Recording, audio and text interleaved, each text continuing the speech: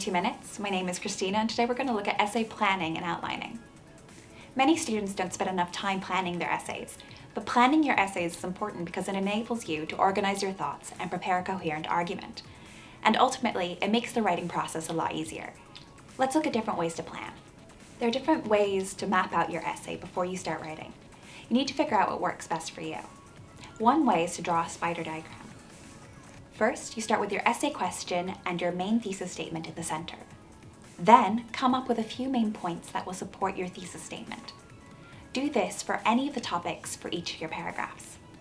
From these points, you can map out a few examples or supporting points that you might make for each one. If you don't like this style of planning, you can also try writing it out with bullet points. Similarly, you can note down your main thesis statement, your main points, and your supporting points. When planning, it's important to keep in mind your basic essay structure. This includes your introduction, your main body, consisting of multiple paragraphs, and your conclusions. For example, if you have to write a 2,000-word essay, your introduction could be about 250 words long, your conclusions could also be about 250 words long, and then, in the main body, you could have about 300 to 400 word paragraphs. Once you've planned out your essay, you're ready to start writing.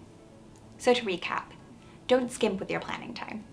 Taking the time to plan your essay ensures that you have a logical structure, a coherent argument, and it helps you stay on track, making the whole writing process a lot easier. Figure out what form of planning works for you. Thank you so much for watching. Don't forget to subscribe to watch more videos and visit our website for more information.